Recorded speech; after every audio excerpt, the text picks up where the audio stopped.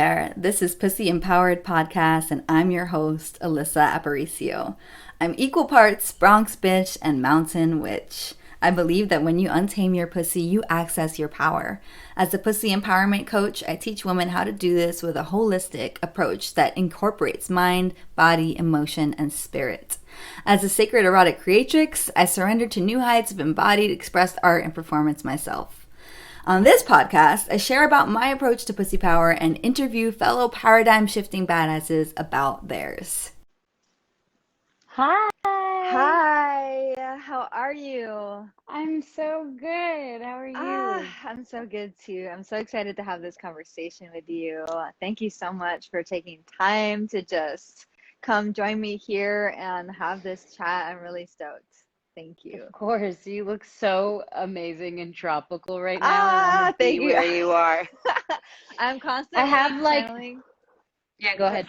I'm constantly channeling the tropics and like getting to be here right now. I'm just like, I'm in my habitat. Thank you. Amazing, amazing.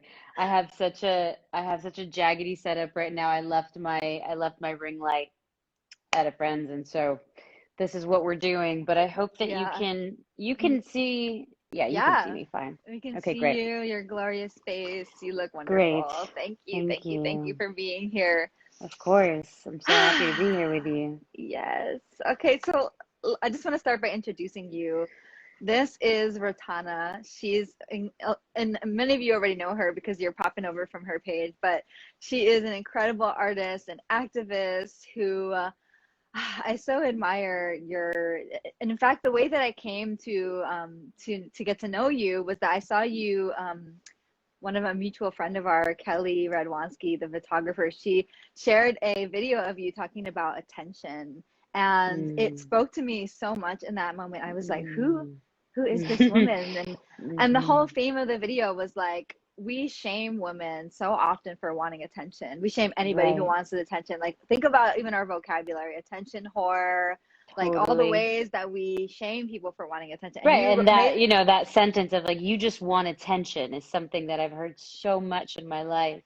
And then it right. was like, oh, yes, I do actually want attention because Yes. yeah, sorry, go ahead. You No, can go yeah, ahead. you will Continue. summarize it better. It was in your words. You were I addressing that. mean, I can't remember exactly what I said, but I was saying something along the lines of, yes, I do want attention because we need attention to create movement. We need attention um, to come together. We need attention to create inspiration, to change. Like all of that needs and requires attention.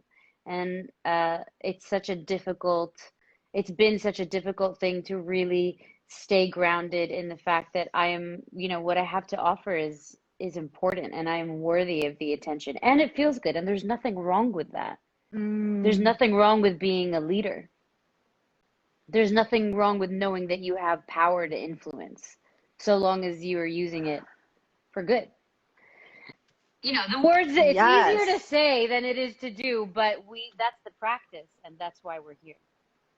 totally. Yes, you said it so eloquently, and it's so important that that we, those of us who are not cis white males who are used to having the platform to speak your mind in any situation, really need that reminder, and we really need to hear it, and just we need leaders like you who are willing to say shit that is not that's not easy to say, that is empowering for other people who are stepping into their leadership. And so Yeah. I really love that message, and it's what drew me right into your world as soon as I saw all Mm. your art, and the powerful messages and intention that you have behind your art. So thank you for using your platform to speak about things that other people are, shying away from speaking about, and for being willing to have conversations about all kinds of things. So I'm excited to jump into all of that with you today. Yes, me too.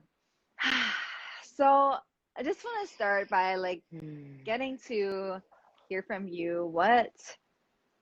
What can you tell us about your background and what brought you to this place that you're at, where you're from? I know that's an important part of your journey, and what you sing about. And I would love if you could share how you got into this place where you are in conversation about empowerment and about um, dismantling shame and on all of the juicy topics that you talk about. What got you to this Yeah, point where that became important? absolutely. Just give me 1 second. I want to freeze. I just wanted to put my brightness up. Um, Nice. okay, so yeah, that's a big question, but we'll just start and see where it takes us. So, Mm-hmm. for all of you that don't know me, again, my name is Rotana, and I'm from Saudi Arabia. I was born and raised there. I moved to LA coming up 7 years ago, which is so crazy. Mm-hmm. Um, I grew up in Saudi Arabia, which was such a beautiful container of safety and security. And, Saudi Arabia is um, a place where women are really revered and where women are really looked to as sacred beings, as these treasures that are there to be revered and to be protected and to be honored, and even to be served.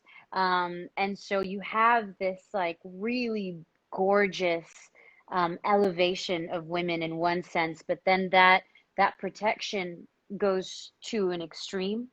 And so, everything is different now, which is very exciting.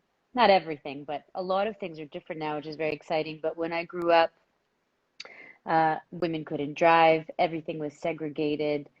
You couldn't sing in public. There was no concert, like public music, concerts and stuff like that. But, beyond that, and the still existing situation is, uh, I grew up very disconnected from understanding my body in any way. We had no type of sexual education. I mean, even in America, sex ed is shit, but like we had nothing, right? And there Mm-hmm. was no mention. It's like this body didn't exist. The only mention of it was when you were giving birth, or when you were giving birth, or if it's, I think we talked about sex probably like all of 2 times. It's like Mm-hmm. you can do, don't have sex when you're on your period. You marry a man and you give birth, and it was all spoken about in the context of a man serving a man. Um, and so, but I grew up in my private, in between my four walls, I was a very erotic being. And when I say erotic, Mm-hmm. I don't just mean that I was like, juicy and feeling all of these like sexual penetrative feelings. No, I was like very aware of my hips and my pelvis Mm-hmm. and how alive. Sorry, did I freeze? You're good. I was saying how I was very aware of my body. I was very aware of how alive I could come when, for example, I was listening to a piece of music that like cracked me open. I had this understanding that there was something really big happening inside.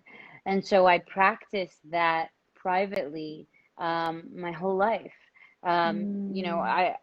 I went to Saudi schools, and the curriculum there was incredibly strict and religious.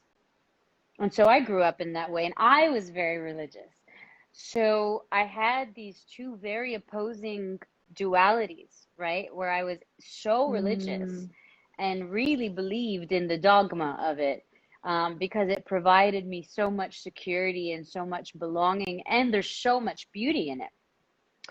And then I also had this deep understanding and knowing of this body, this sexual energy that could fucking like, I could feel it. I remember being like 15, 16, being like, whoa, this shit's is so powerful. Mm-hmm. But that duality really created so much friction and so much, just an internal battle that I had no resources to deal with. And so it led me down a deep path of like Mm-hmm. self-loathing and hatred, to be honest. But it's like I'm a very confident, outgoing person. It was just it seeped very deep, And so that's I moved to the States 7 years ago, Mm. and I would say I would say my first 5 years here have been this battle of trying to appease my culture, my family, the religion that I knew, the God that I knew, and still find Mm. myself, or still Mm. be myself and activate myself. And in these last 2 years, um, I finally started, I talk about this all the time, but for me, it started with finding Adrienne Marie Brown's book, Pleasure Activism. And we can talk a little bit more about that later and what that book meant to me. But I read that book, and it was the first time in my entire life where I understood the power of pleasure. It was the first time in my Mm. life that I understood that God and sex are not separate. It was the first time in my life that I understood that love motivates and inspires so much more than fear. And so uh, that set me on the journey that I'm on now, and has given me the courage to put out the music and start speaking the way that I do, Mm. because I don't want anybody to go through what I went through. I mean, it wasn't the worst thing in the world, but it was just unnecessary. That type of suffering of feeling so ashamed, so bad, so wrong, so alone Mm. is not necessary. I couldn't agree with you more. Those words are so powerful, and everything that you shared, it's, and I can relate. And it's so interesting, you grew up in Saudi Arabia. I grew up in the Bronx, New York, and Mm-hmm. the story I resonate with so much, it transcends borders, it transcends religions. I grew up going to Catholic school. I went to Catholic school for 15 years. And Wow. yeah, like my entire, formative years were in Catholic school. And um, it was, I also can so relate to the feeling of that erotic power. And it had nothing to do, like it wasn't exactly a sexualized power. It wasn't like me in relation to anyone else. It was like the feeling of awakeness and aliveness in my hips, like you described so well. Mm-hmm. Um, and yeah, it's an exciting time, I feel, of women of eradicating shame, of like confronting, and so many people saying, this is holy as well, and there's not such a hard line between what is sacred and what is profane, or what's holy and what's carnal, um and yeah, I resonate with that so much. So thank you for sharing that. And I think a lot of women can resonate with that no matter Yeah. where they're coming from. Yeah. Can I And ask you, you grew up yeah, please. you went to Catholic schools. Were you religious? Like, did you feel belonging in your school and with your peers?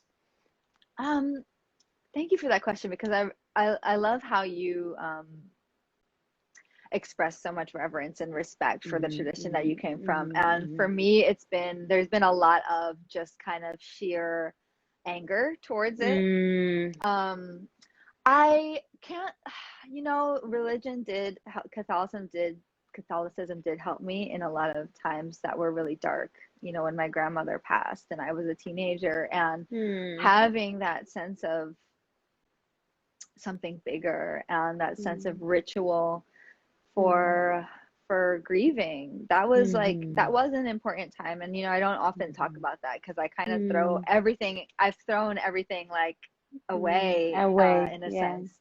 yeah, yeah. But in terms of my peers, like, it wasn't, I don't feel like, as kids, I don't feel like we were actually, it was just what we did. It was just what we Yeah, knew. We prayed all day, right, right. We weren't Yeah, really thinking about it too much. totally. And I think that, yeah, exactly. And that's that's so powerful what you just said. We weren't really thinking about it too much. And that's a fucking problem, is that I also Mm, grew up like the security and the belonging. It does come, a lot of that came from Islam, but it comes from the like the pure essence of it, which, to be frank with you, was not practiced a lot at my school or in my country.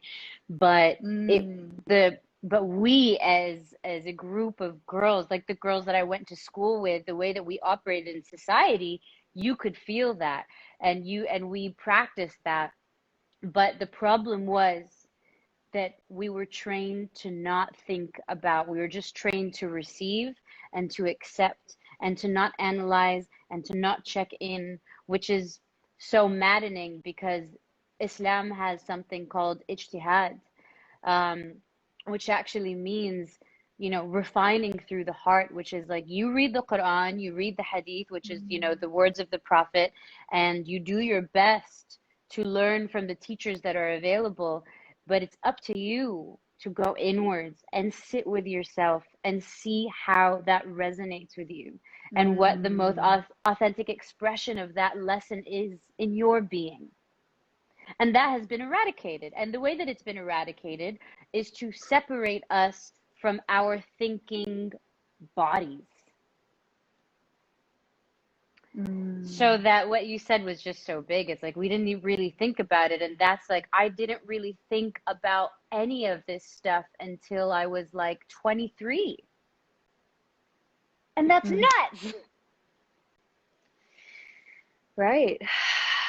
Yeah, it's a long lifetime of, it's a long time to be in that shame mentality, or in that like what I feel is natural to me is not right, and having that like comparison point of it's a painful way to live your life, of like what feels good in my body isn't actually right, so now I'm confused about how to Yes, trust myself. yes, I'm confused about where my exactly. intuition is, and Yeah, that like wedge that it gets put in between us through some of the ways that we're socialized, it's like so important to question, and yeah, and coming into a place of listening. And I know that that has been something that you have been exploring a lot. I've seen you hmm, shared about it a lot. We've worked together a little bit yeah, on this it was theme so of just beautiful. embodiment. Hmm.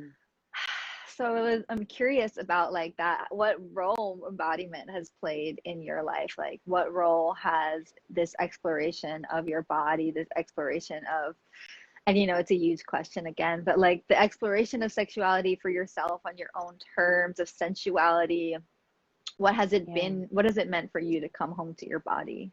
yeah. I mean, like I get emotional just even thinking about, like, I feel so much warm energy just moving from my solar plexus up into my eyelids, and just Wow. even that, being able to articulate that is a new thing for me, because again, I was so disconnected from my body. So the ability to be so aware and to sense in real time what is happening inside of me, inside of us, is perhaps one of the most powerful things in the world, like Mm, truly.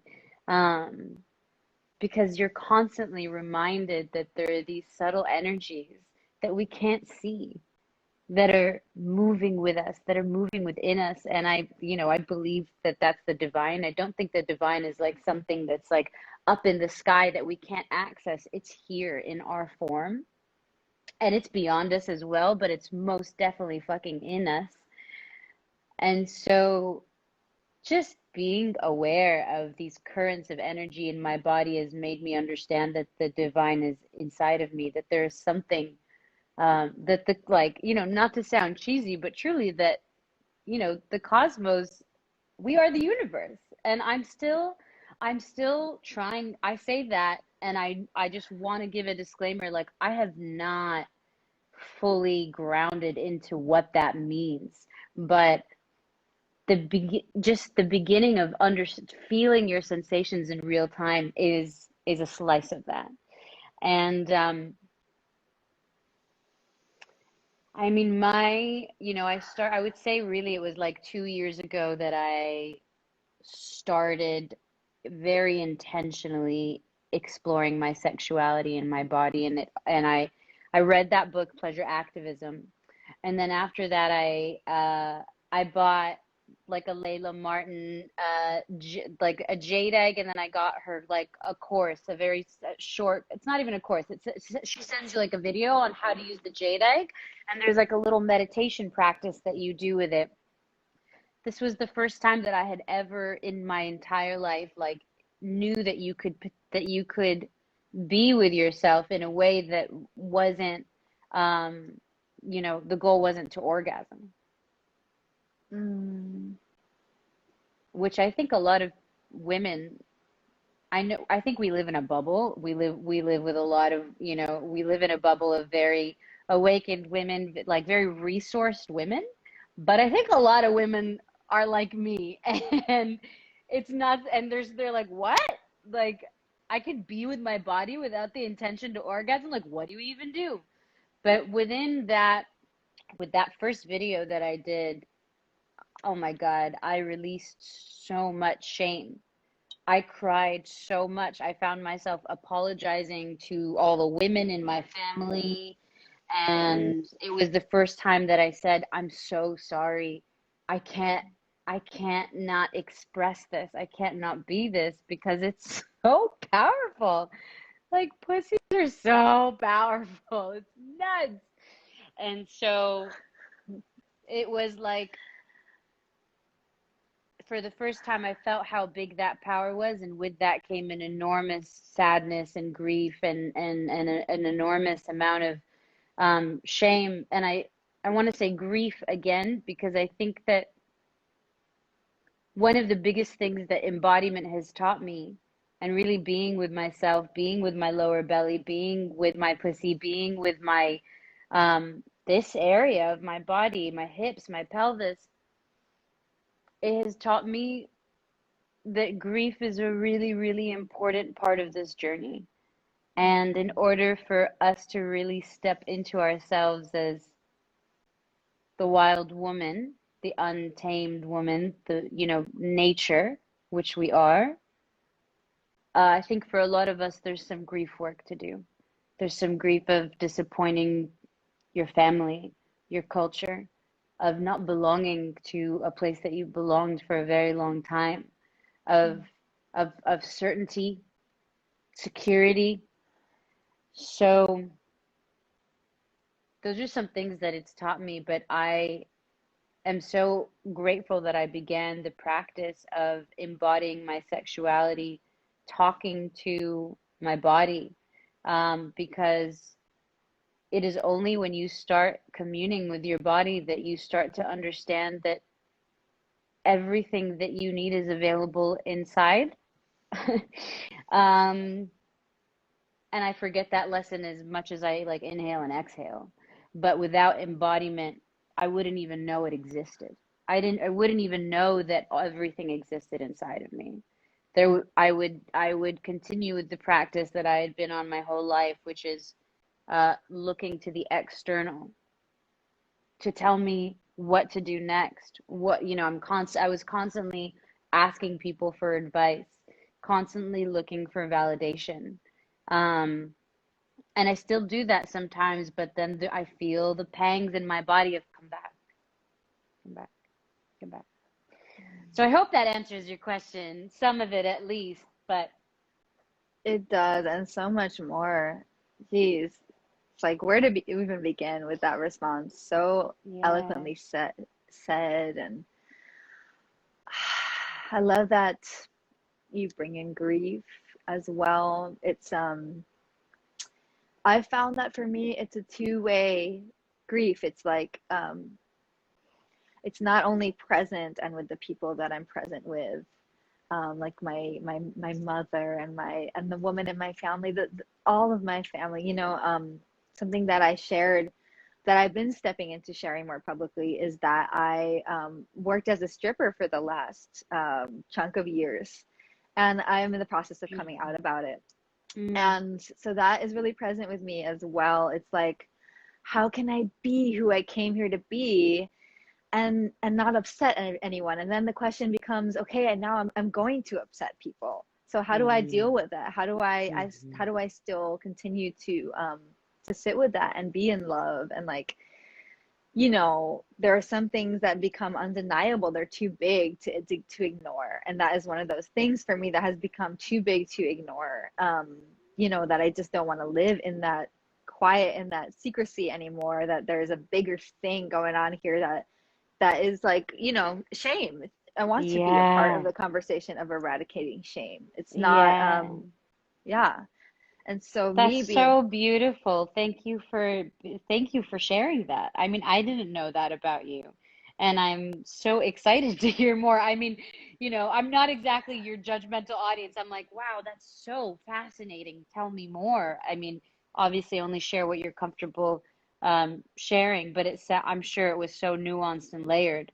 Um, totally so layered, and there's so much that I didn't get to share over the last years about my personal process because I was keeping that under wraps. yeah. And now I'm excited. It's like taking the lid off. Okay, there's so much more material of my own lived experience that I can just talk about Yeah. candidly now. Yeah. um What were you afraid of in sharing that information?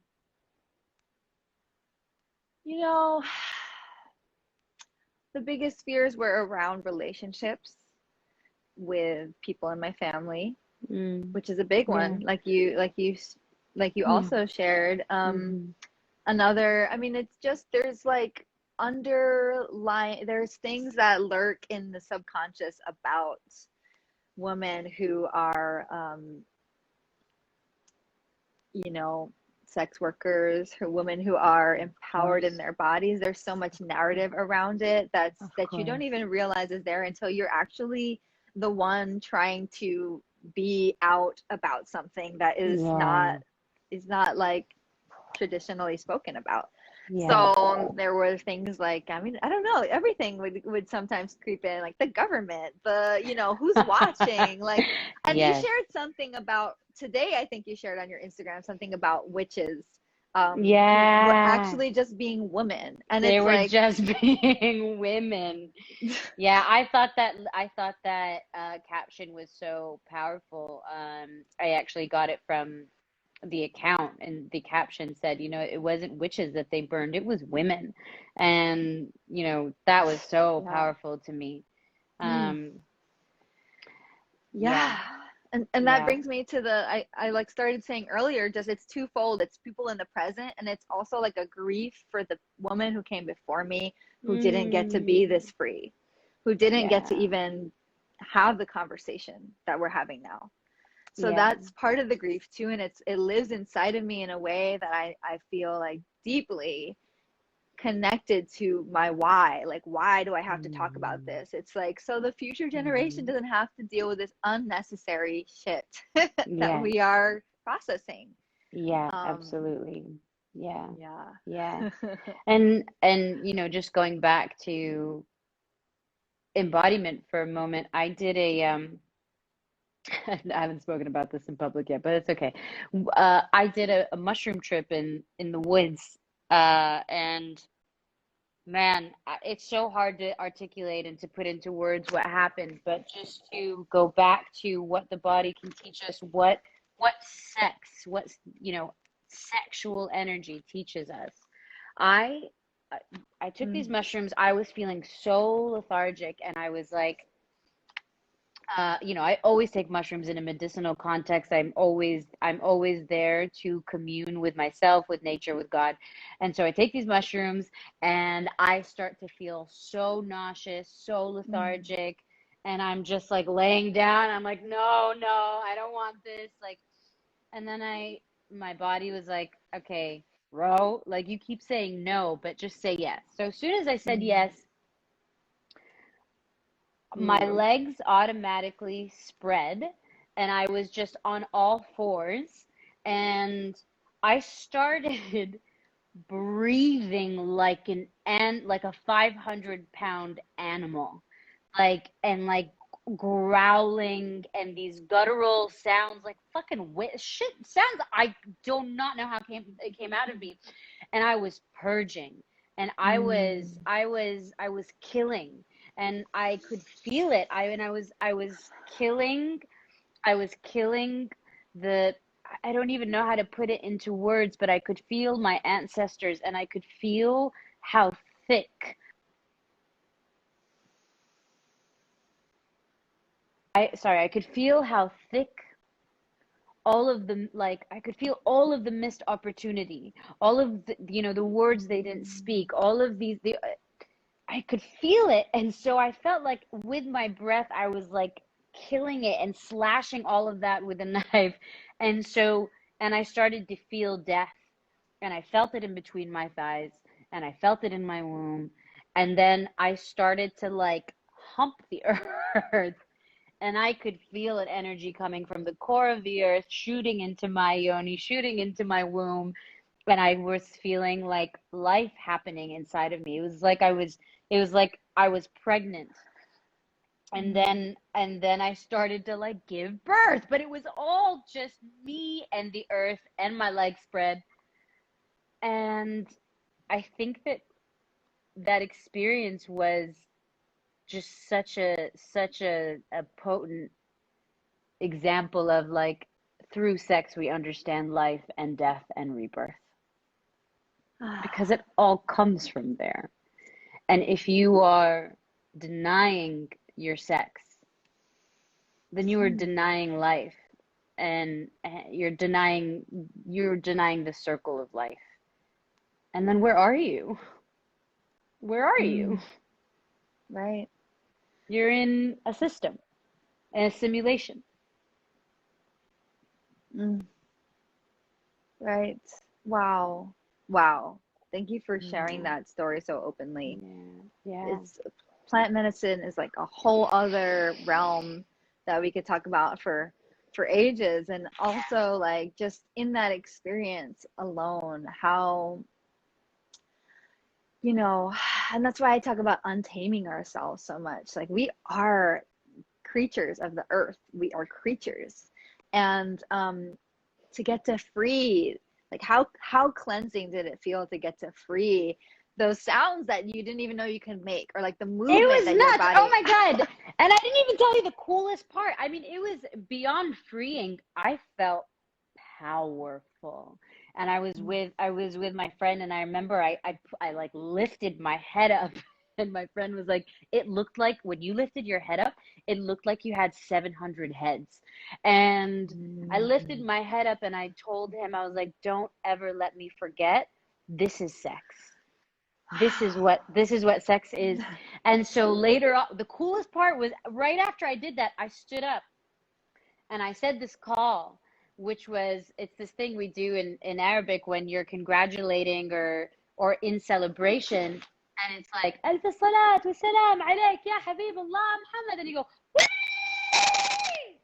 So you're praying and you're giving blessings upon the prophet, and then you make this epic sound. And so I made that sound, and I really screamed out like Alf salat wa salam, and I'm in the forest. I shit you not, Alyssa, I'm not making this up. Mama bears all around the forest started like screaming back, like hollering back, echoing back at me. And I was like, this is too much, guys. And in that moment, I was like, oh, this is why women are so suppressed. This power, this power can be terrifying.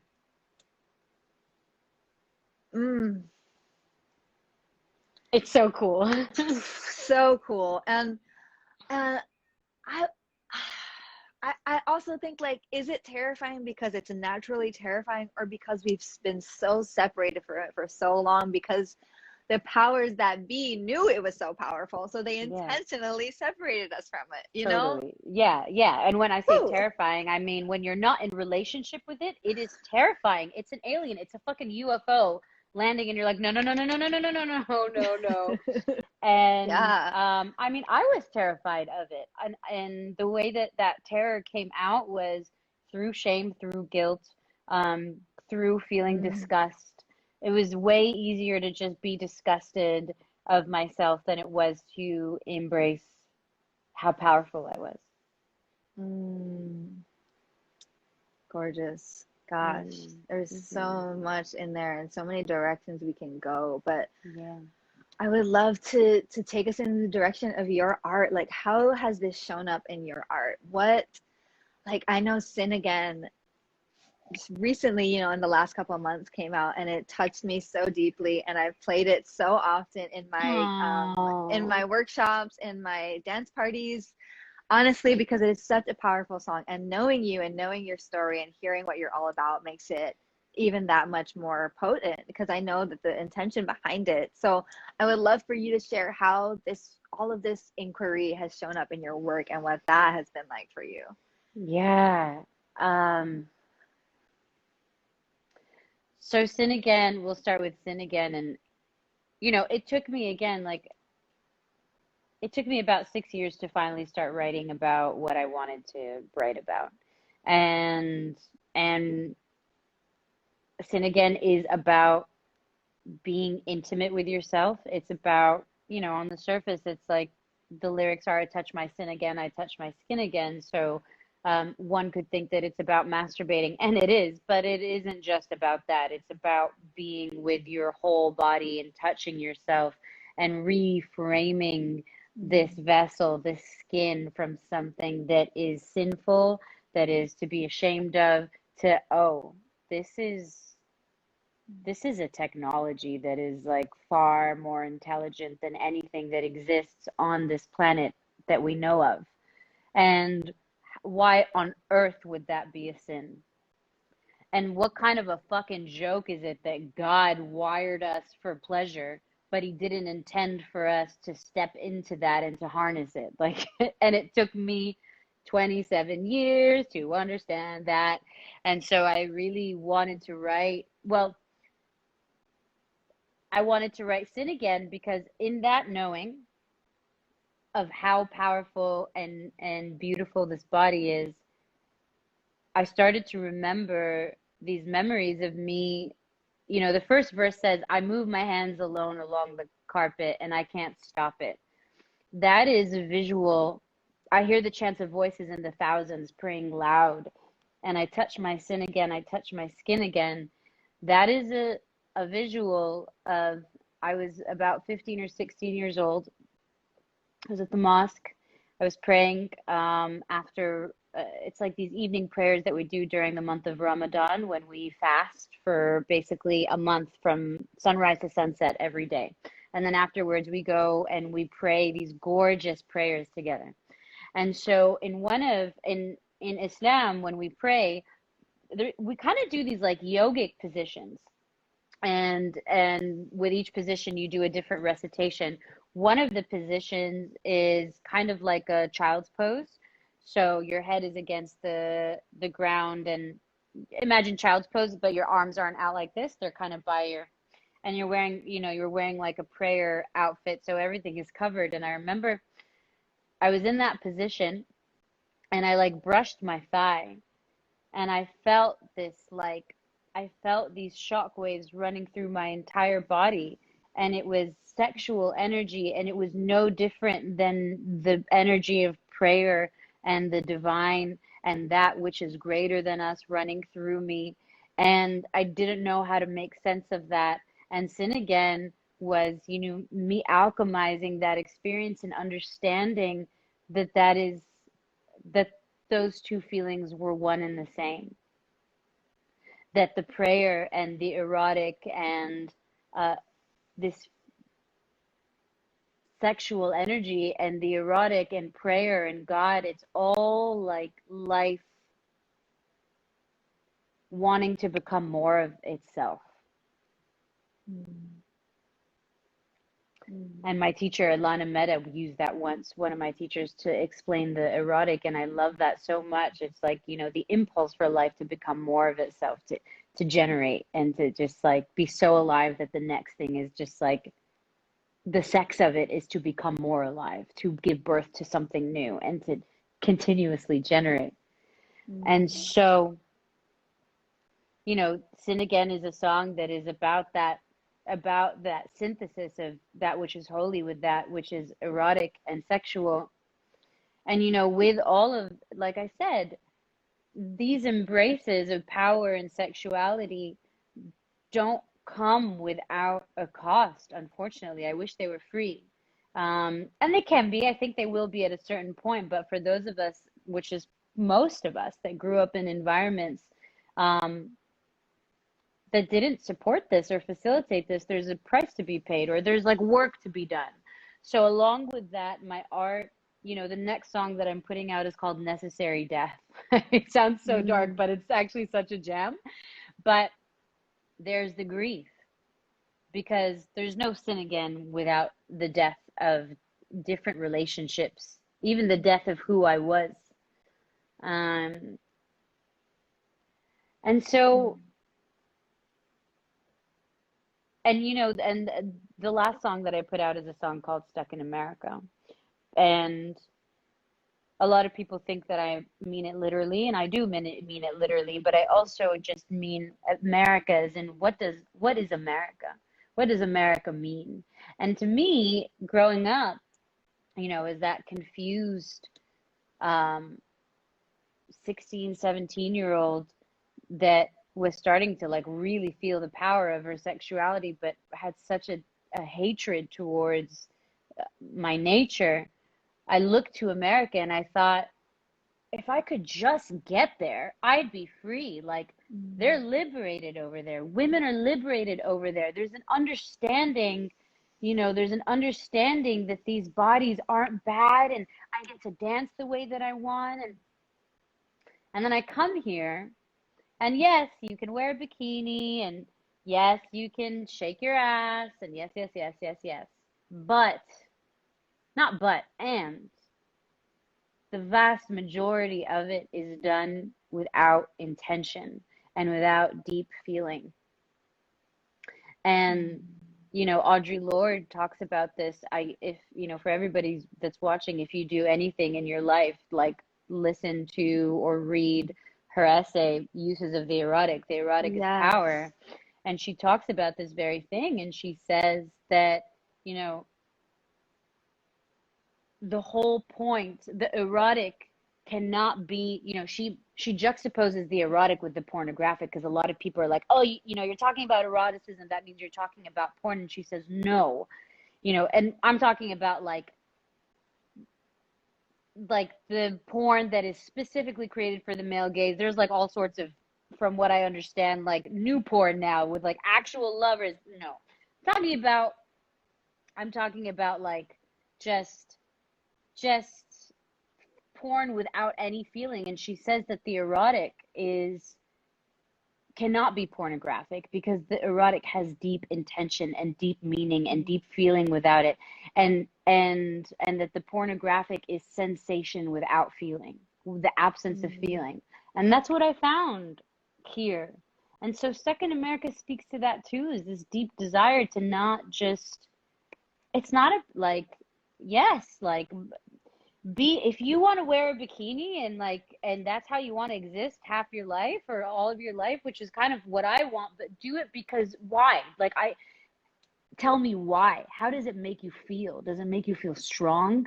Does it make you feel really sensual? Does it like help you feel the air on your skin? Just like know why. And I Mm. so I think a lot of my art is a call to remember why, Mm. and to walk with intention. And then like it just, and then it's that thing that we talked about that could potentially be terrifying, Uh-huh. but that's what I want. Mm. So fascinating to hear your perspective on the layers of the layers of freedom and the layers of that we have to peel back, the shadow work that has to be done as we peel it back. And yeah, like the freedom to show your skin here, but not necessarily to be connected to your own body, like from within. And you know, I'm very flesh positive. Like I am all about And I I love mean, it. and it is partly in reaction to being in a setting where I was always in a uniform that had to be a certain length, and I just wanted to feel free and like have reclaimed freedom in my body. But I also say, like, it's not for everyone. Your freedom doesn't look like your path to freedom doesn't look like anybody else's. So it's really about being present and aware of like what you need, what will help you be more in touch with yourself.